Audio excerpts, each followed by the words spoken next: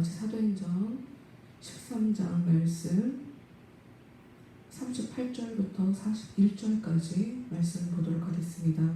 사도행전 13장 38절부터 41절 말씀입니다.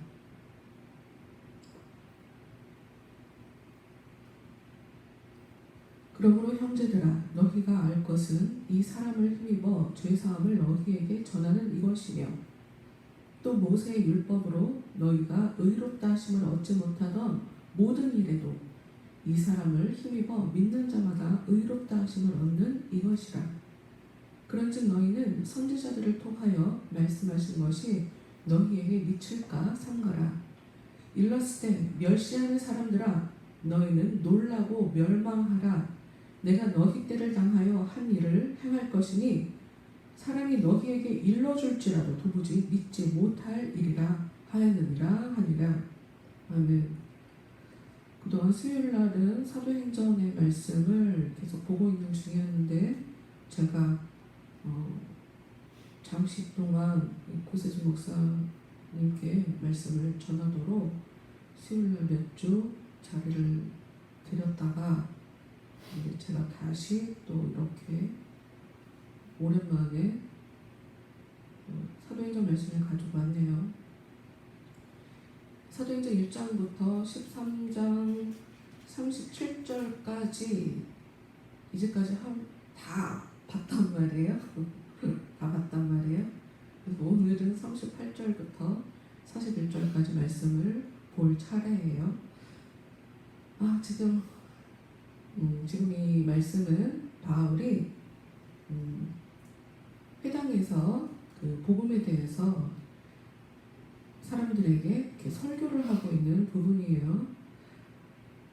이 앞전까지 사도행전 13장 37절까지의 말씀을 보면, 특히나 바로 직전에 바울은 다윗과 예수님에 대해서 이렇게 비교를 하면서 설명을 하고 있어요.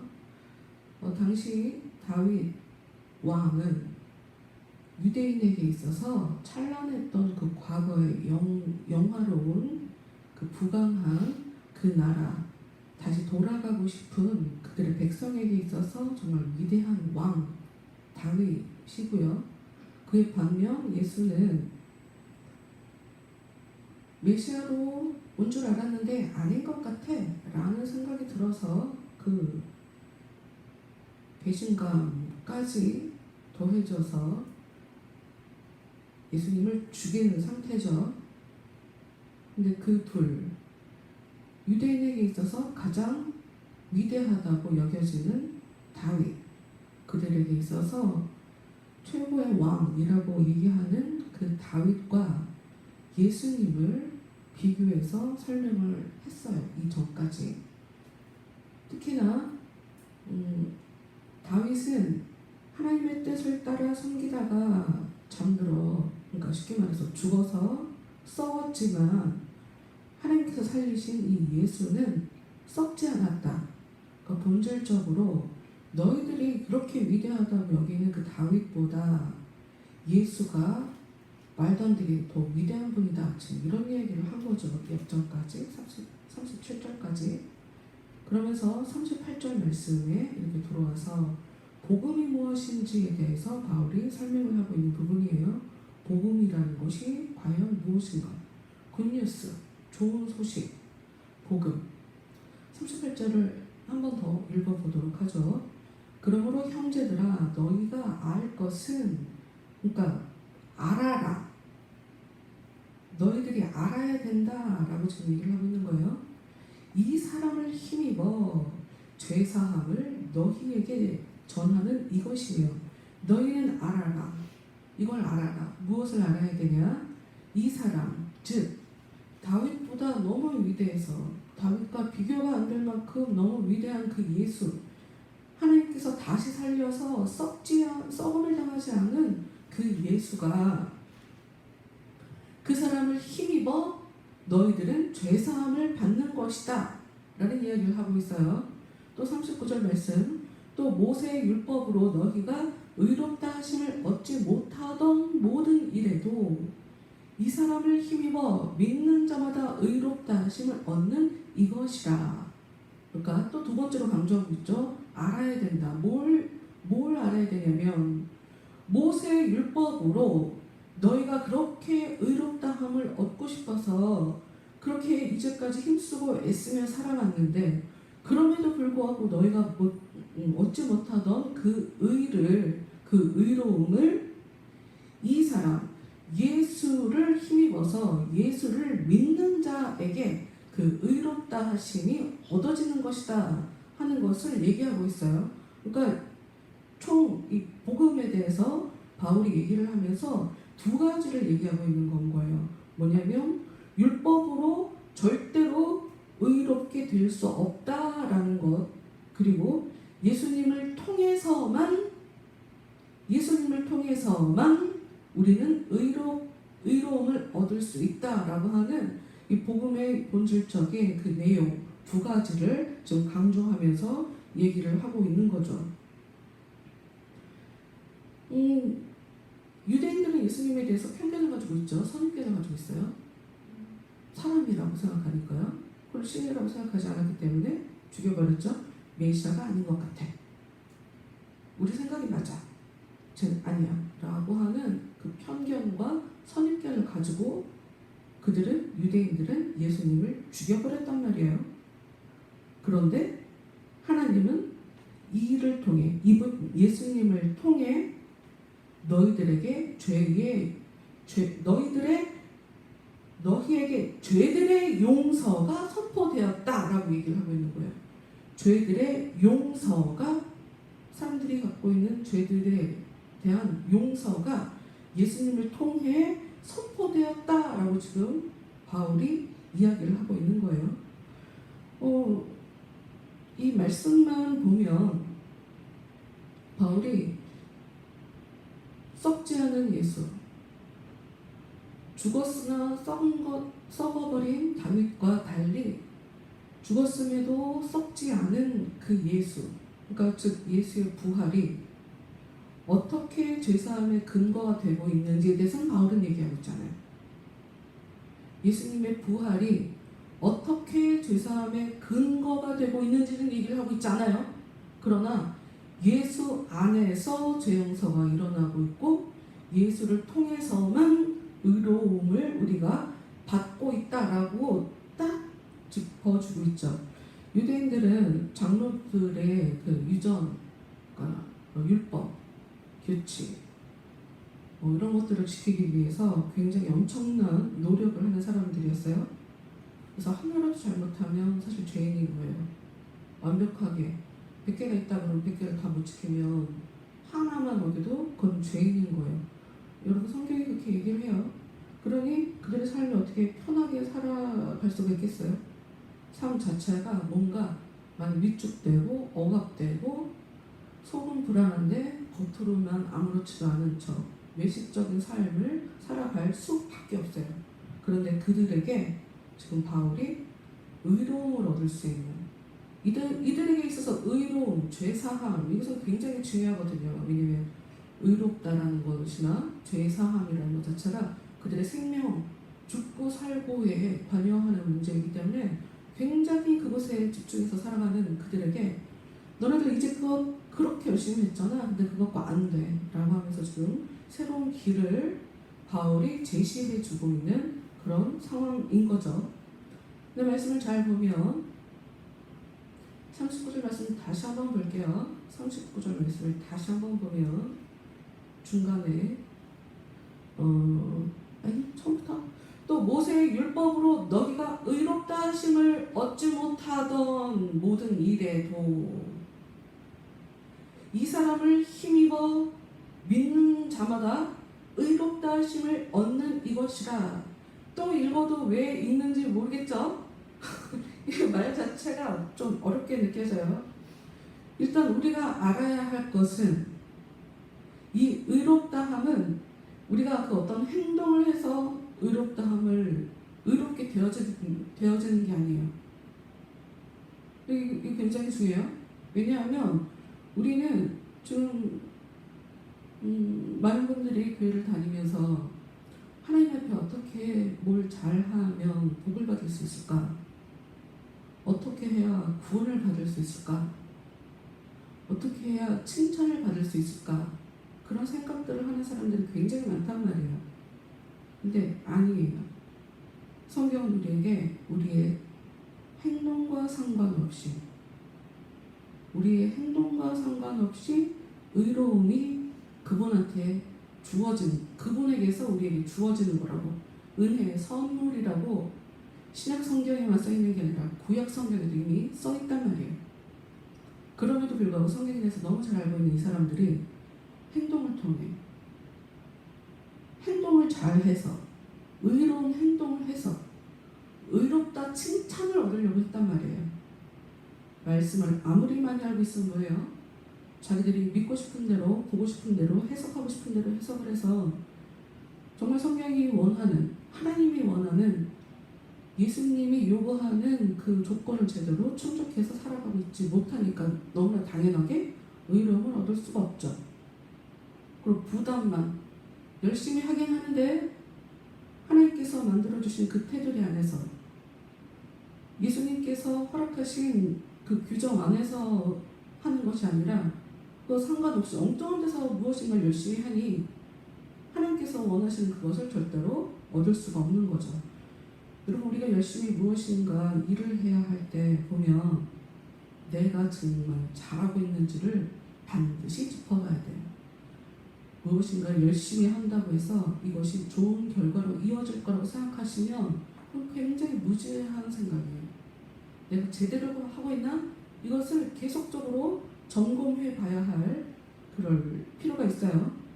그래야 그 어떤 결과가, 성과가 우리 손에 주어지는 거죠. 어쨌든 예수를 믿어야 의롭다 하심을 얻는 거예요.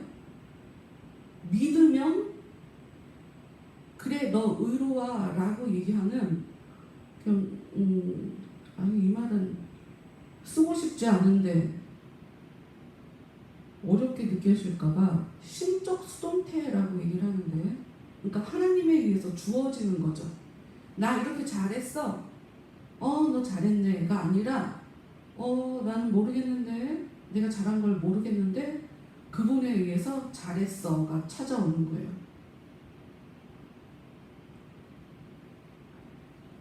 여러분, 하나님에 의해서 사람의 의로움은 인정되어지는 거고 선포되어지는 거고 선언되어지는 거래요.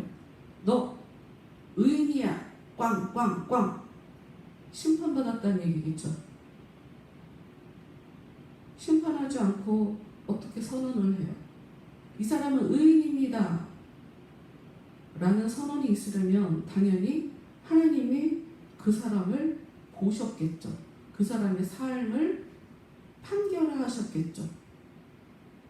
심판이란 단어가 굉장히 우리한테는 무섭게 들리지만 그것과 똑같은 의미인데 조금 편한 단어가 있어요. 판단. 똑같은 말이에요. 성경은 그걸 구별해서 써놓고 있지 않기 때문에 하나님이 판단하셨다는 걸 전제로 하는 거예요. 이 사람이 의롭다, 이 사람은 의인이다 라고 하는 것이 선언이 되려면 너무나 당연하게 하나님이 이 사람을 판단하셨다 라는 것이 전제가 되어야 되는 걸 거예요.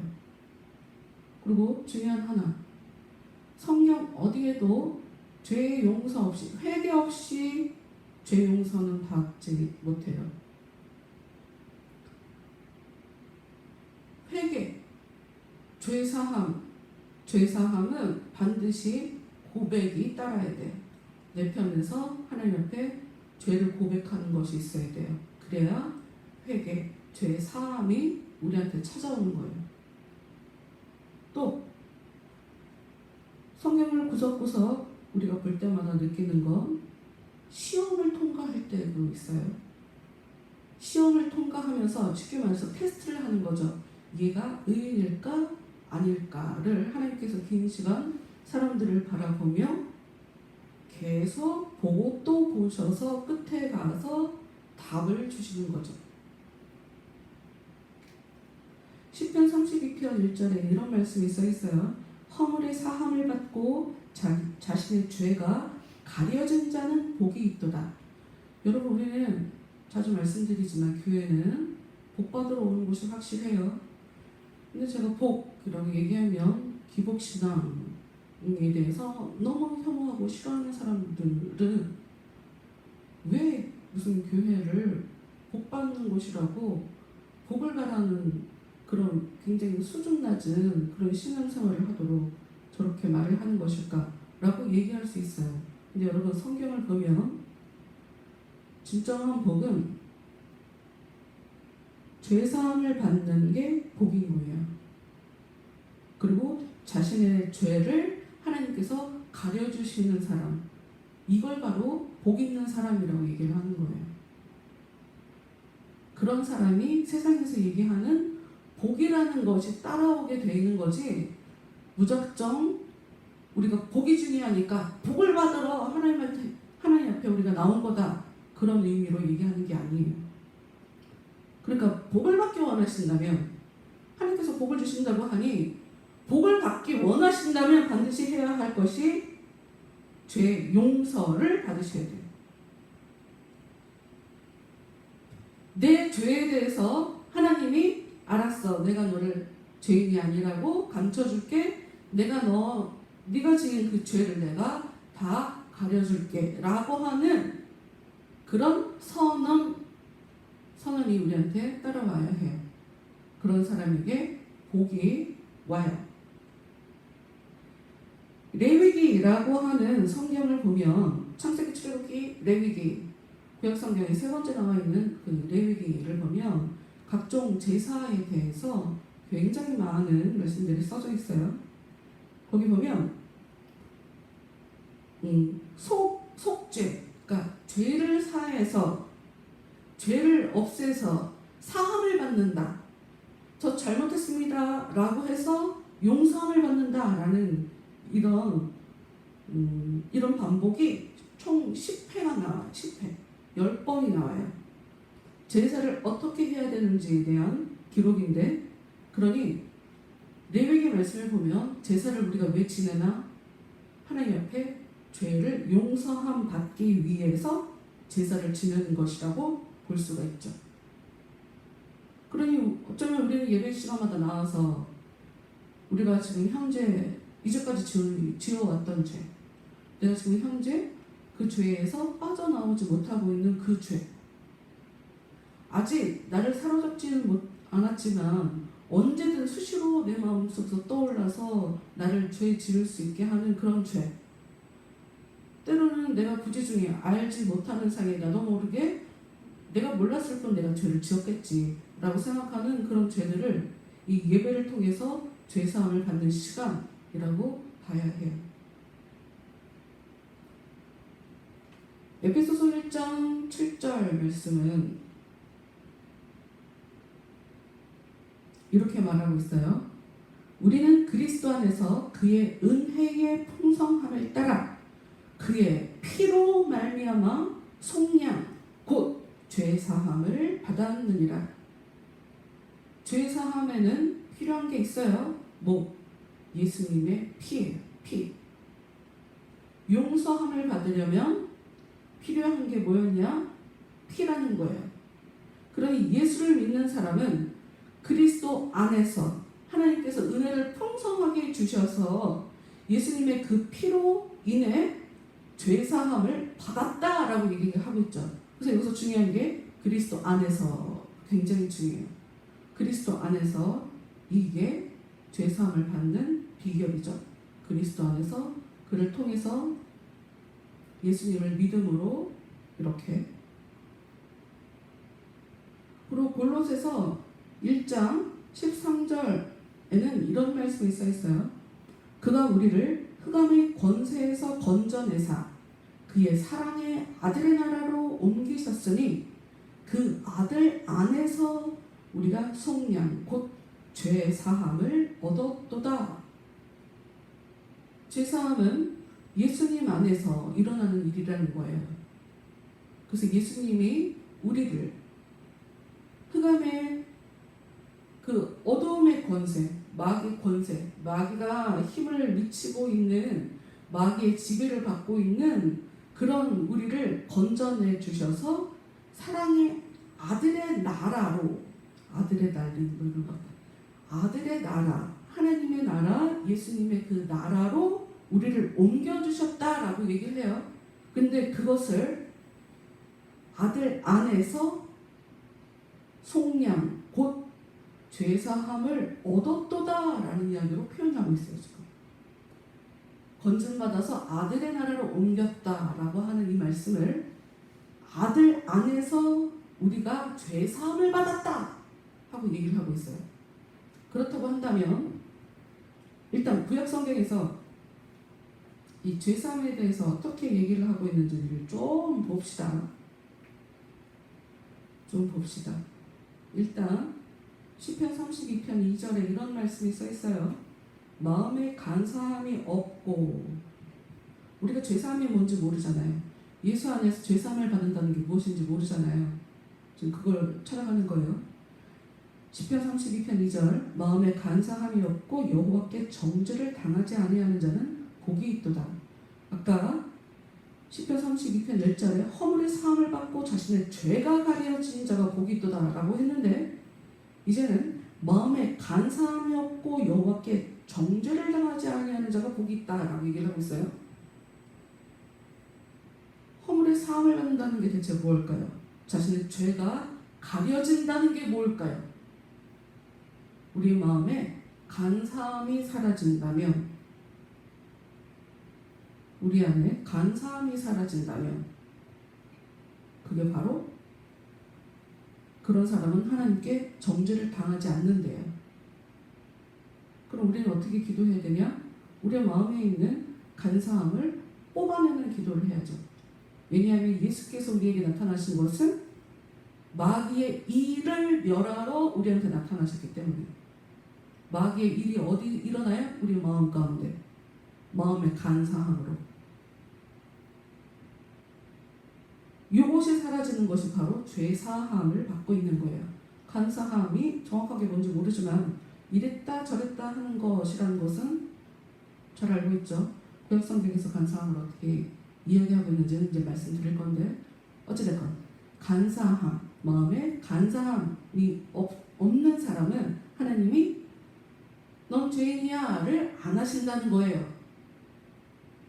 그렇다고 하면 이 간사함이 대체 무슨 얘기인지를 볼게요.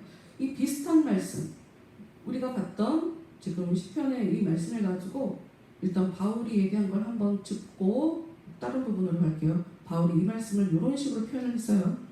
불법이 사함을 받고 죄가 가리어짐을 받은 사람은 복이 있고, 주께서 그 죄를 인정하지 아니하실 사람은 복이 있도다.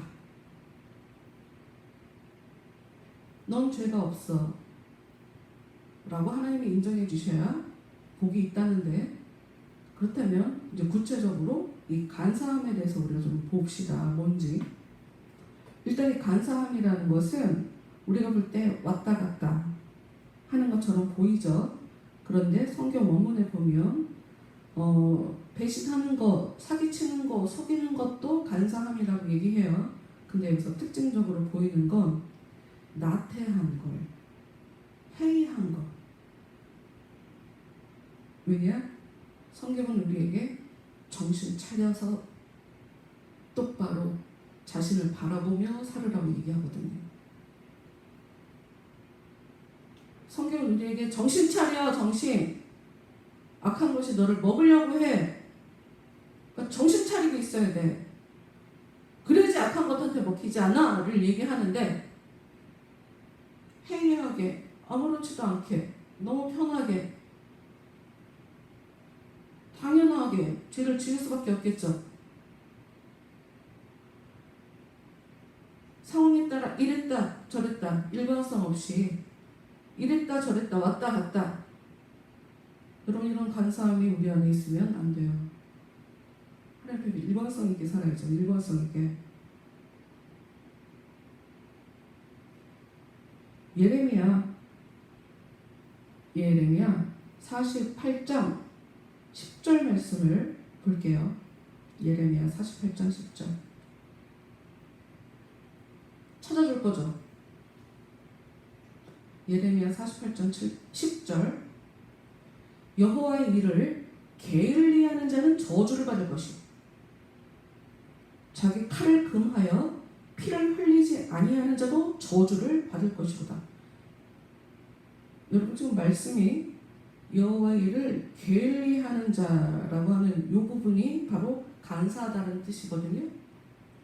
하나님의 일을 간사하게 처리하는 자가 저주를 받는다는 거죠. 해이하게 살면 저주를 받는다는 거죠. 그러면 하나님의 일을, 여호와의 일을 열심히 하는 자가 대체 어떻게 살아가는 자인지 이 말씀을 잘 보면 나와요. 여호와의 일을 제대로 처리하는 게 뭘까? 열심히 처리하는 게 뭘까? 자기 칼을 금하여 피를 흘리지 아니하는 자 반대. 칼을 열심히 휘둘러서 피를 흘리는 게 복 받는 거예요. 사실 이 말씀은 모압에 대한 예언의 말씀이에요. 하나님이 이스라엘 백성들이 하나님의 말씀을 잘 듣지 않으니까 모압을 통해 외국 사람 이들을 통해 이스라엘 백성들을 때리고 혼내고 이래서 정신 차리게 해주신단 말이에요. 근데 때가 되면 사실은 하나님에 의해서 그냥 도구로 사용되는 것 뿐이지 하나님이 모압을 더 사랑하는 건 아니거든요. 그래서 때가 되면 이 모압을 하나님께서 심판하세요. 그때 너희들이 모압을 향해서 칼을 휘두르지 않는 것이 이게 게으른 거다. 저주를 받을 거다. 라고 지금 성경에 써 있어요. 그럼 우리는 사람을 향해서 칼을 휘둘러야 되나? 그런 얘기가 아니에요. 아까 말씀드렸지만 우리 안에 죄를 짓고자 하는 욕구, 우리 안에 수시로 올라오는 정욕들, 세상 욕망들, 하나님이 볼 때는 그거 별로 중요하지 않은 것 같은데 하는 것들이 우리 안에 굉장히 자주 올라온단 말이죠. 아무것도 아닌데 하고 싶고 가고 싶고 먹고 싶고 입고 싶고 쓸데없는 것들, 이런 것들에 마음 팔리면 안 돼요. 여러분 마음이 팔리면 안 돼. 적이 내 눈앞에 나타나는데 그 정욕이 내 앞에 나타나서 나를 사로잡을지도 모르는데 그것을 향해 내가 칼을 들이대지 않는다. 이게 바로 게으른 거라는 거예요. 자신의 문제,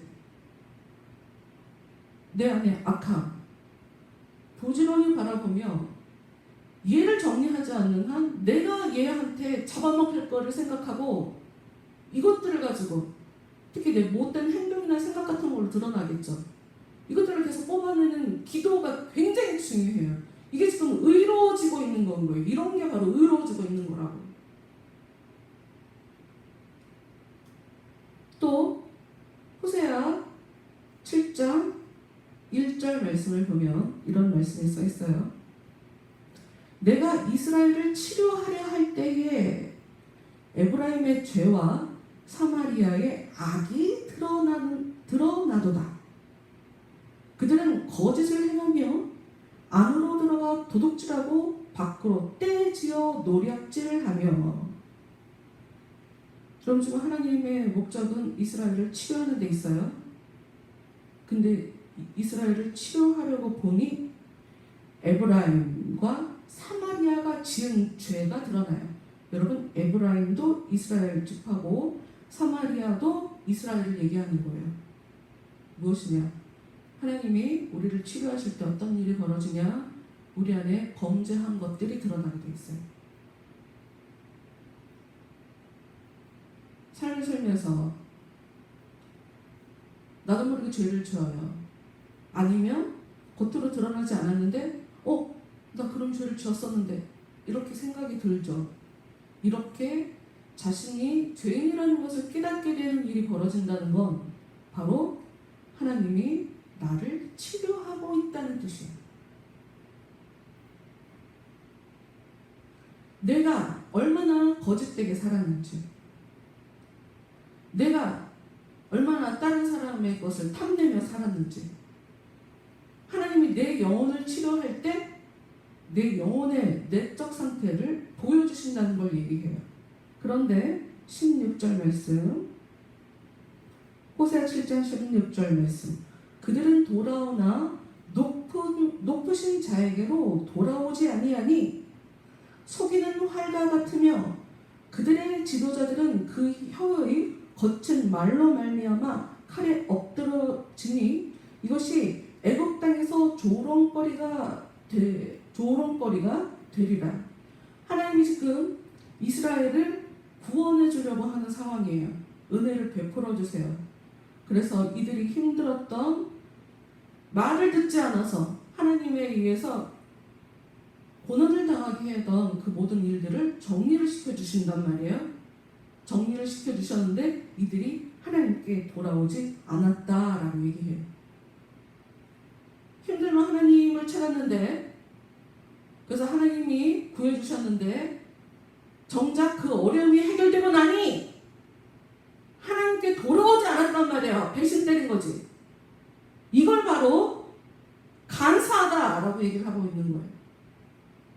간사하다라는 말이 전혀 안 보이죠? 활, 속이는 활, 여기에 속인다라는 말이 간사하다는 말과 같은 말이에요.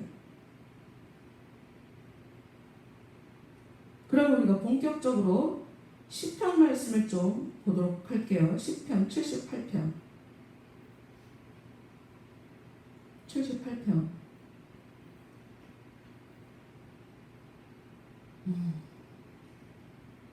여러분 좀 오늘은 사실 78편을 그냥 읽고 기도해도 되겠다라는 생각을 했거든요. 아마 이렇게 찍는 거가 글씨로 하는 거 어려울 수 있어요. 그러니 들으세요. 들으셔도 돼요. 읽어드릴게요. 78편. 내 백성이여 내 율법을 들으며 내 입의 말에 귀를 기울일지어다. 내가 입을 열어 비유로 말하며 예로부터 감추어졌던 것을 드러내려 하니 이는 우리가 들어서 아는다요. 우리의 조상들이 우리에게 전한 바라. 우리가 이를 그들의 자손에게 숨기지 아니하고 여호와의 영예와 그의 능력과 그가 행하신 기이한 사적을 후대에 전하리로다. 여호와께서 증거를 야곱에게 세우시며 법도를 이스라엘에게 정하시고 우리 조상들에게 명령하사 그들의 자손에게 알리라 하셨으니 이는 그들로 후대 곧 태어날 자손에게 이를 알게 하고 그들은 일어나 그들의 자손에게 일러서 그들로 그들의 소망을 하나님께 두며 하나님께서 행하신 일을 잊지 아니하고 오직 그의 계명을 지켜서 그들의 조상들 곧 완고하고 패역하여 그들의 마음이 정직하지 못하며 그 심령이 하나님께 충성하지 아니하는 세대와 같이 되지 아니하게 하려 하시느로다. 지금 말씀을 전하겠다는 거예요. 이제까지 하나님께서 행하신 일들에 대해서 사람들한테 얘기하겠다는 거예요. 옛적부터 비유로 감춰졌던 그 이야기를 하겠다는 거예요. 왜 이야기를 하냐? 너희들은 내 얘기를 들어야 된다. 너희들도 살고 너네 자손들도 살아야 되니까.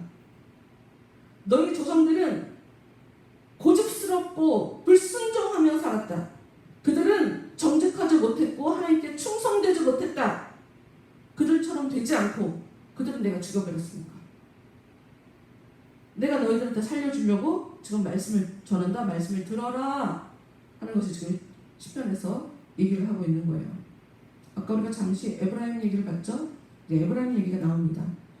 에브라임 자손은 무기를 갖추며 활을 가졌으나 전쟁의 날에 물러갔도다.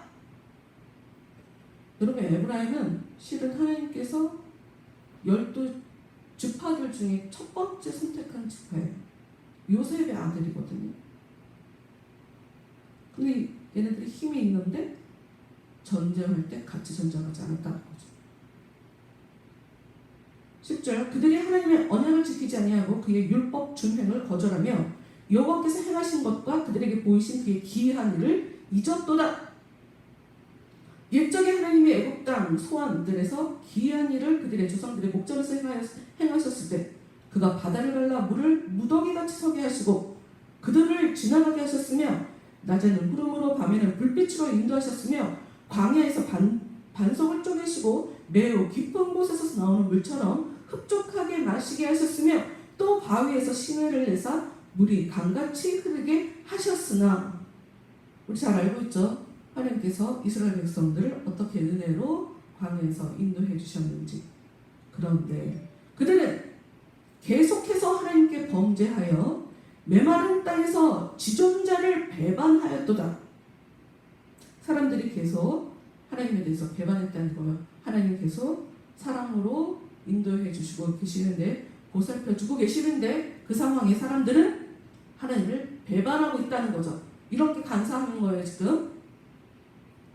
18절. 그들의 탐욕, 욕심을 얘기해요. 욕심대로 음식을 구하여 그들의 심중에 하나님을 시험하였으며, 그뿐 아니라 하나님을 대적하여 말하기를 하나님이 광야에서 식탐을 베푸실 수 있으랴? 여러분, 이게 무슨 얘기예요? 얘네들은 먹고 싶은 게 있었어요. 너무 먹고 싶은 게 있었어. 하나님은 우리한테 이런 걸 주시겠어? 라고 얘기를 했다는 거예요.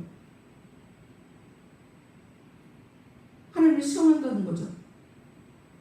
하나님이 능력이 있어? 하나님이 사랑이 있어? 하나님이 우리를 돌보셔? 하고 하나님을 시험했다는 거예요.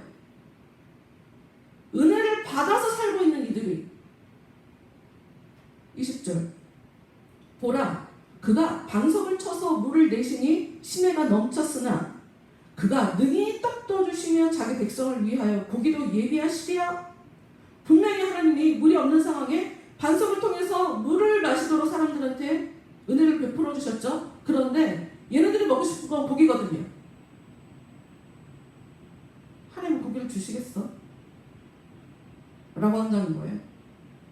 그러므로 여호와께서 듣고 노하셨으며 야곱에게 불같이 노하셨고 또한 이스라엘에게 진노가 불타올랐으니.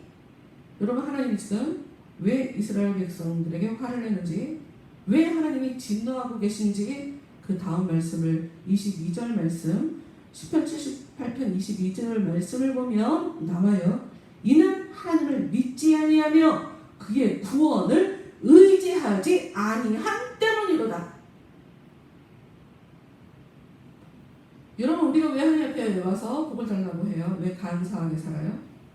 복을 주실 것 같은데 안 주실 것 같아. 그럼 획 돌아가는 거지. 하나님에게 등 돌리고. 근데 성경은 하나님을 믿지 않는 것을 하나님이 화를 내신다고 얘기하고 있고요. 하나님이 구원해 주실 것을, 하나님을 의지하지 않는 것에 하나님이 화를 내고 계시다는 것을 성경이 지금 말을 하고 있어요. 나는 안 믿어져서 안 믿고 있는데, 지금 삶 속에서 은혜를 계속 베풀고 계시는데 그들은 보고 싶은 것만 보는 거예요. 갖고 싶은 거, 먹고 싶은 거에 치중을 해서 하나님이 자신들에게 어떻게 역사하고 계시는지 이것을 신경 쓰고 있지 않은 거죠, 지금. 그러나 그가 위에 공창을 명령하시며 하늘 문을 여시고 그들에게 만나를 비같이 내려 먹이시며 하늘 양식을 그들에게 주셨나니, 사람이 힘센 자의 떡을 먹었으며 그가 음식을 그들에게 충족히 주셨도다. 하나님이 화가 나셨어요. 진노하셨죠. 불타올랐죠. 그럼에도 불구하고 사람들에게 은혜를 지금 계속 베풀어 주고 계시는 중에, 왜? 이들은 잘 하나님에 대한 믿음이 없으니까. 하나님이 사람들의 약한 것을 잘 알고 계시니까 참아주고 계시는 거죠. 그가 동풍을 하늘에서 일게 하시며 그의 권능으로 남풍을 인도하시고 먼지처럼 많은 고기를 비같이 내리시고 나는 새를 바다에 모래같이 내리셨도다. 이들은 하나님께서 이 새들을 날려 보내주셔서 고기를 먹게 되어 좀 그 상황을 얘기하고 있는 거예요. 그가 그것들을 그들의 진중에 떨어지게 하사 그들의 거처에 두르셨으므로 그들이 먹고 심히 배불렀나니 하나님이 그들의 원대로 그들에게 주셨도다. 화가 나는데도 불구하고 그들이 원하는 대로 하나님이 만족시켜 주신 것을 좀 이야기하고 있어요. 그러나 그들의 욕심을 버리지 아니하며 그들의 먹을 것이 아직 그들의 입에 있을 때에 하나님이 그들에게 노염을 나타내사 그들 중 강한 자를 죽이시며 이스라엘의 청년을 쳐 엎드려 때리셨도다. 여러분 대표성이라는 것이 여러분 익숙하지 않을 수가 있어요. 대표성. 우리가 아담 한 사람 때문에 모든 사람들에게 죄가 임했다라고 얘기하는 거 있어요. 억울하다고 생각할 수 있거든요. 근데 그것은 어떻게 우리가 봐야 되냐면 그의 죄가 우리한테 전가됐다. 그런 의미가 성경에 분명히 있어요. 그러나 또 다른 측면을 우리가 본다면 아담과 같은 스타일, 아담처럼 우리가 죄를 져요. 어떻게? 우리 스스로 무엇이 옳은가 무엇이 그른가를 내가 판단해요. 하나님이 하지 말라고 하는 걸 내가 해요. 그런 식으로 우리가 살아가고 있단 말이에요.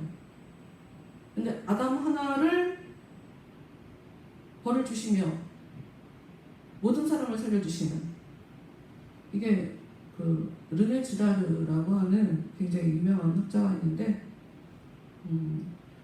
그 사람이 어린 양 메커니즘이라는 것이 우리 인류의 역사에 굉장히 계속적으로 나타나고 있는 그런 것이라고 얘기하는 그런 게 있어요. 그러니까 예수 한 사람을 죽여서 나머지를 다 살리는 거지. 대표성인 거예요.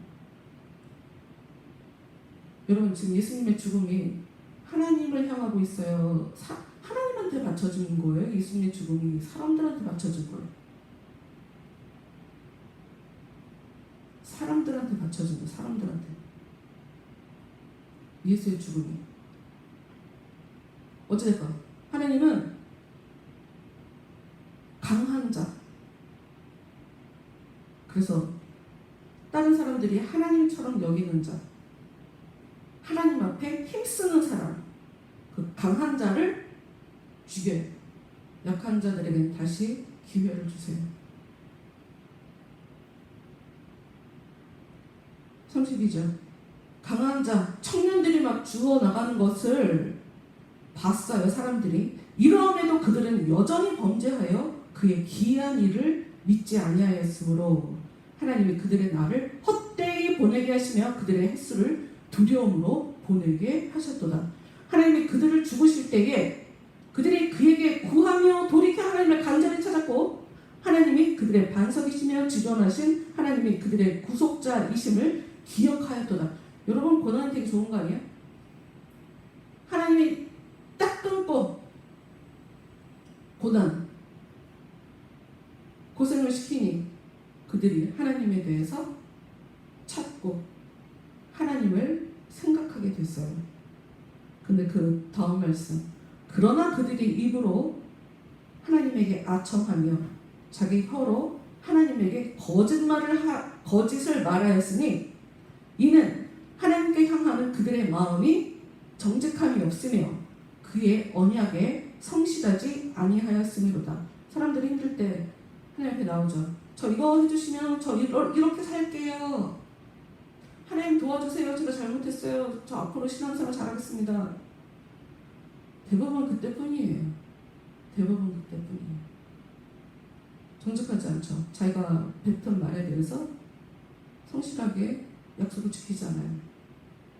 그리고 수시로 자기가 유리한 쪽으로 살아가요. 하나님한테 등을 돌리고 자기가 원하는 대로 살아가는 게 인생이에요.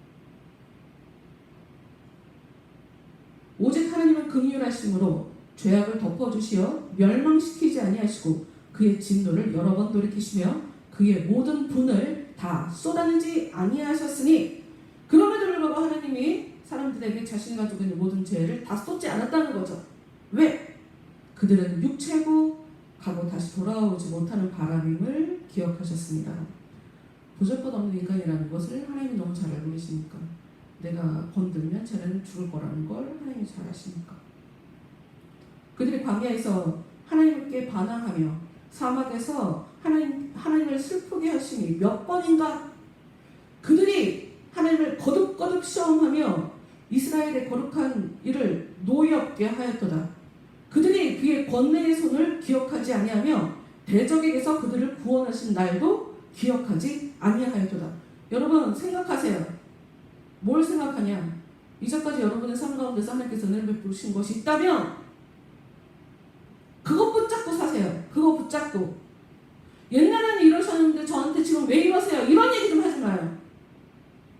그렇게 불신을 가지고 살고 싶으냐고. 지금 성경을 보라고요. 이게 하나님한테 배신하는 행위잖아.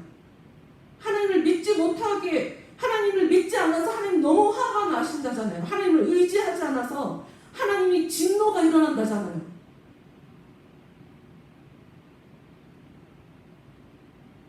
그 뒤에 43절부터 똑같 이스라엘 백성들에게 하나님이 어떻게 일하셨는지에 대해서 쭉쭉쭉쭉쭉쭉 증언하고 있어요. 53절 볼까요? 10가지 재앙에 대해서 그 이전까지 썼고요. 54절 그들을, 이스라엘 백성들을 그의 성소의 영역 곧 그의 오른손으로 만드신 산으로 인도하시고 또 나라를 그들의 앞에서 쫓아내시며 줄을 쳐서 그들의 소유를 분배하시고 이스라엘 지파들이 그들의 장막에 살게 하셨도다. 그러나 그들은 지존하신 하나님을 시험하고 반항하여 그의 명령을 지키지 아니하며 그들의 조상들같이 배반하고 거짓을 행하여 속이는 활같이 빗나가서 배신 때리며 산다는 거죠. 그래서 어떻게 사냐? 자기 산당들로 그의 노여움을 일으키며 그들의 조각한 우상들로 그를 진노하게 하였으며, 여러분 지금 이 말씀은 하나님께서 이스라엘 백성들에게 가나안 땅에 들어가게 하시고 그 땅에서 나만 예배해야 돼? 라고 했는데 이들이 가나안 땅에 들어가서 가나안 사람들이 섬기는 우상을 섬겼음을 지금 이야기를 하고 있어요. 나는 이스라엘 백성들이 아니니까 나는 이런 일이 없다고 생각할 수 있어요. 근데 여러분, 우리가 돈을 필요 이상으로 사랑하면 그게 바로 우상이에요. 내 명예를 정말 그 어떤 것보다도 귀하게 여긴다. 내가 그것을 위해서 무엇이든 불사한다. 지금 그 사람은, 그 명예가 그 사람에게 우상이에요. 자기 자식을 위해서, 자식이 내 인생에 가장 중요하고 자식 때문에 기쁘고 자식 때문에 행복해하며 살고 다른 거는 그 어떤 것도 중요하지 않고 그 사람은 자식이 우상이에요. 내 배우자 때문에 이러저러 하지 못하고 있다. 배우자 때문에 나의 삶이 지금 하나님 앞에 제대로 살아가지 못한다. 그 배우자가 우상이에요 지금.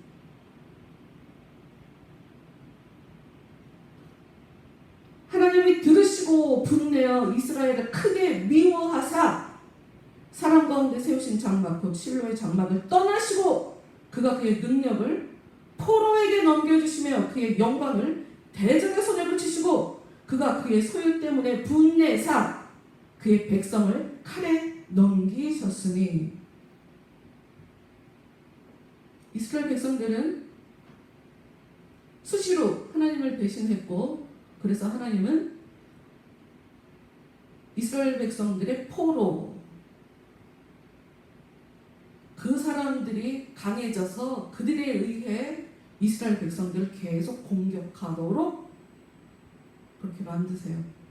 전쟁하도록 만드세요. 당연히 그들이 이기게 만드세요.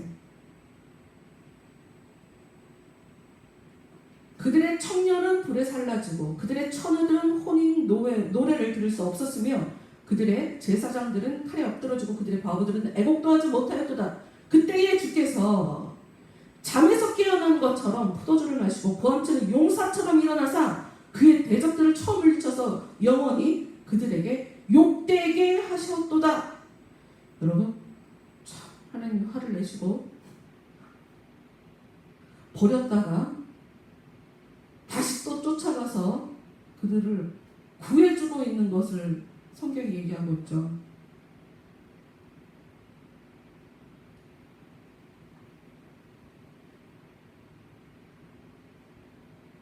그 이후의 말씀들은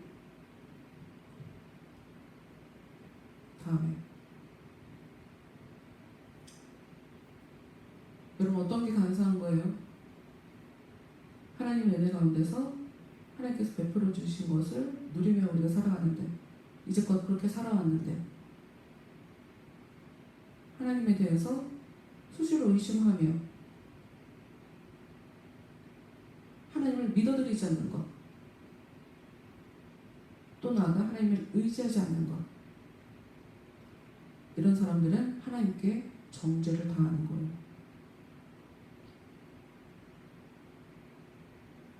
믿음 없는 건 놓고 기도하세요.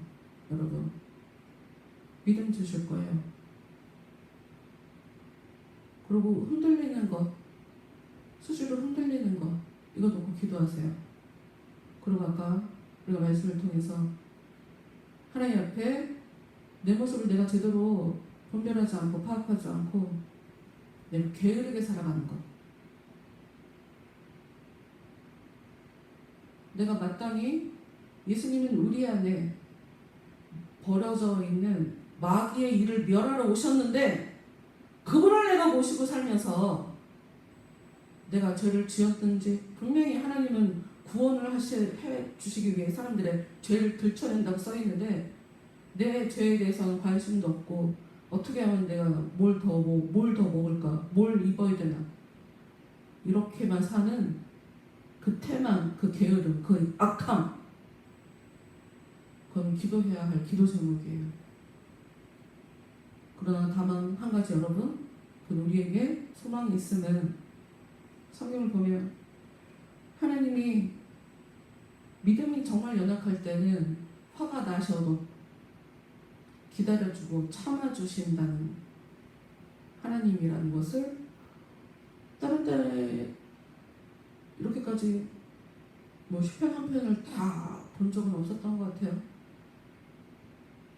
근데 이렇게 긴 글을 통해 하나님이 계속 참고 기다려주시고 인내하시고 하는 그런 하나님을 우리가 보고 있잖아요. 우리가 계속 은혜를 받아서 우리 안에 벌어져 있는 정욕들을 버리며 그걸 정리하며 내 영혼이 더욱더 아름다워지기를, 그리고 하나님을 계속 의지하며 그렇게 살아간다면 그게 바로 복이 넘치는 자다 라고 성경이 얘기하고 있어요. 여러분이 감사한지 아는지는 어느 누가 알겠습니까? 어느 누가 알겠어요? 여러분 스스로가 아시지. 겉으로까지 다 드러나서 다른 사람들에게 와, 저 사람 조금 죄 적었고 힘든 일을 겪고 있어, 이런 평판이, 그런 험한 꼴 안 당해도 돼요. 그런 일 벌어지지 않게, 겉으로 드러나지 않게 계속 은혜를 구하면서 내 영혼이 아름다워지길 계속 기도하세요.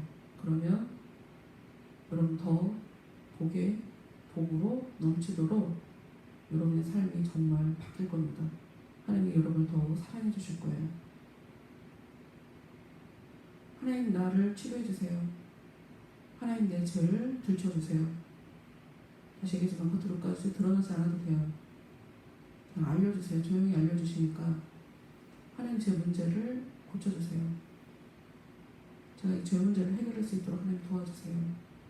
이렇게 기도하며 살아가는 우리 모두가 됩시다. 다 같이 오늘 들으신 말씀, 예수 안에 있어야 죄사함을 받는다. 내가 행동으로 무슨 좋은 행동을 해서 하나님께 의롭다함을 받는 게 아니다. 예수 안에서 예수를 믿는 사람이 의롭다함을 받는 거다. 예수는 마귀의 일을 멸하기 위해 오셨다. 그러니 당연히 우리 안에 있는 마귀의 일을 멸하는 것이 예수 안에서 예수를 믿어드림으로 마땅히 행하고 있는, 너무 당연히 나타나야 할 행동이에요. 그런 자에게 하나님께서 의롭다, 금방 정리되지 않느냐 할지라도 의롭다, 잘하고 있다, 그래 너 문제 많은 거 나도 알아, 근데 너 지금 이렇게 노력하고 있으니 너 지금 잘하고 있다 라고 하시는 그 은혜, 이 시간 다 같이 기도하면서 하나님을 의지하면서 믿음을 달라고 하시면서 내 안에 있는 문제를 들춰내달라고 하면서 이걸 정리해달라고 다 같이 기도하도록 하겠습니다.